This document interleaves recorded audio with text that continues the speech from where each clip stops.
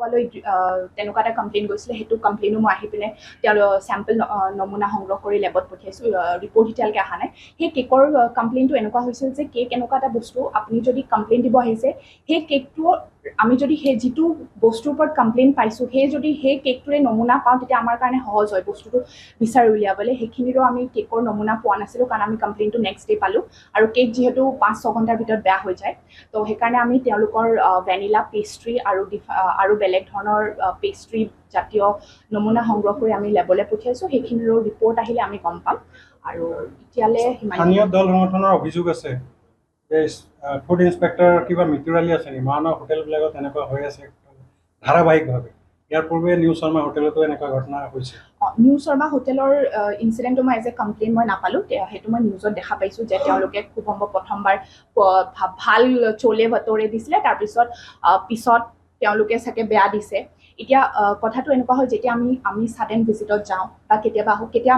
আমি এনেকুৱা নহয় যে সদায় পৰিষ্কাৰ পাওঁ আমি সদায় দুপৰীয়া সময়ত যাওঁ দুপৰীয়া সময়ত গ'লে কি হয় যেতিয়া মানুহে এখন হোটেলে আপোনাৰ কাম কৰা আৰম্ভ কৰে ৰাতিপুৱাৰ পৰা কাম কৰি আছে দুপৰীয়া সময়লৈকে নহয় কিটচেনটো অকণমান অপৰিষ্কাৰ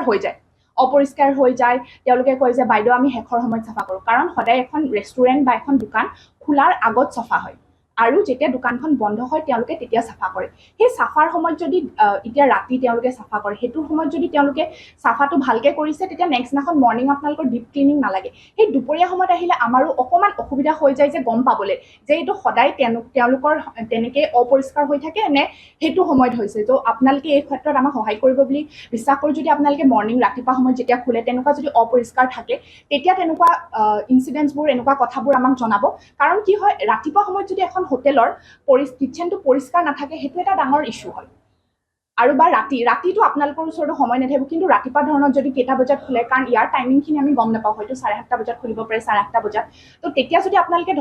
মানে গম পায় যে নাই কিটচেনটো অপৰিষ্কাৰ আছে তেতিয়া আপোনালোকে আমি মানে ভাল পাম যে আপোনালোকে আমাক জনাই দিছে কাৰণ তেতিয়া কি হ'ব আমি একশ্যন ল'বলৈ বেছি ভাল হ'ব আৰু বাকী মৰাণৰ বহুতখিনি কমপ্লেইন এতিয়া হৈ আছে এতিয়া চব প্ৰথম কথা হৈছে আজিকালি আপোনালোক কনজিউমাৰো হয় আপোনালোকে এৱেৰনেছো কৰি আছে এতিয়া এইখিনি ক্ষেত্ৰত কি হয় ফুড বস্তুটো এনেকুৱা এটা বস্তু হয় আমাৰ বহুতখিনিৰে বহুত জানিব লগা থাকে যেনেকৈ ব্ৰেডৰ কাৰণে বেষ্ট বিফ'ৰ 3 days থাকে 3 দিনৰ পিছত খাব নালাগে তো তেনেকুৱা বহুত বস্তু থাকে তো আমি চাৰ্কেল অফিচাৰ মেমৰ লগত মই কথা পাতিছোঁ অতি সোনকালে মৰাণৰ যিমানখিনি ষ্ট্ৰীট ভেণ্ডাৰ্ছ আছে ফুড বিজনেছ অপাৰেটৰ্ছ আছে যোনখিনিয়ে খানা বনাই থাকে তেওঁলোকৰ কাৰণে এটা এৱেৰনেছ কেম্প আমি আয়োজন কৰিম তেওঁলোকক যিমানখিনি আমি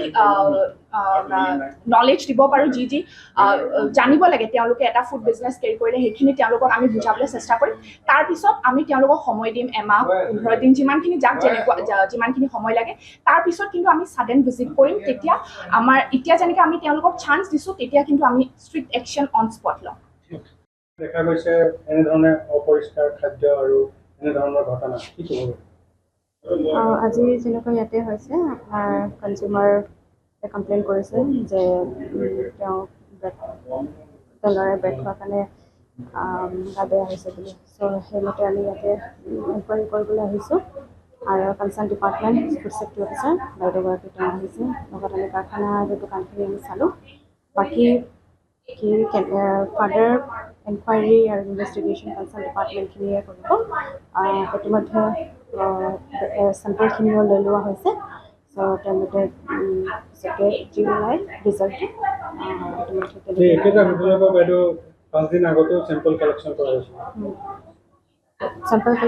কৰোঁতে প্ৰচেছ এক্সামিনেশ্যন প্ৰচেছটো টাইম লাগে গতিকে ডিপাৰ্টমেণ্টৰখিনি সেইখিনি নিশ্চয় তেওঁলোকে মানে সেইখিনি প্ৰচেছখিনি কৰি আছে চ' হপফুলি ৰিজাল্ট সোনকালে ওলাব কি হয় নহয় সেইখিনি ফেক্টৰীলৈ আহি থাকোঁতে দেখিলে আপুনি তলত কিমান জাবৰ জোঁথৰ পৰি আছে এফাল দিয়ে মালটো দোকানলৈ লৈ যোৱা হয় কেনেকৈ অপৰিষ্কাৰ জেগাৰ পৰা এনেকৈ খাদ্য বস্তু চলাই হয় মালিক তেওঁকো ইনষ্ট্ৰাকশ্যনছ আৰু তেওঁক কোৱা হৈছে যে গোটেই দোকান তেওঁ পৰিষ্কাৰখিনি যিটো মানে হাইজিনখিনি তেওঁ মেইনটেইন কৰিবৰ কাৰণে তেওঁ ইনষ্ট্ৰাকশ্যন দিয়া হৈছে আৰু তেওঁ সেইখিনি কৰিম বুলি কৈছে চ' আমি সেইখিনি এটা পিছতকৈ আকৌ আহি কেনে আমি চেক কৰিম যে তেওঁ কৰিছেনে নাই সেই কামখিনি